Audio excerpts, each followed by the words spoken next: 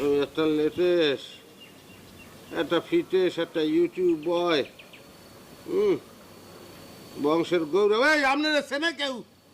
আপনারা চেনে আব্বা? চেনে কেউ? চেনে কেউ? তো চেনেন না আপনারা। আপনার পরিচয় কি? কোনো পরিচয় আছে? মানুষের জিগাইলে মানুষে কয় যে এককার বাপ, ওই এককার বাপে যায়। আর একটা পরিচয় আছে, কদু আজাদ। আমারে কইয়ে গেছে, আমারে কইয়ে গেছে, ব্যাগ কিছু কইয়ে গেছে, কুবু আম্মায় আমারে কইয়ে গেছে। হ্যাঁ, কদু চুরি করতে যাই ওর বাগুরে।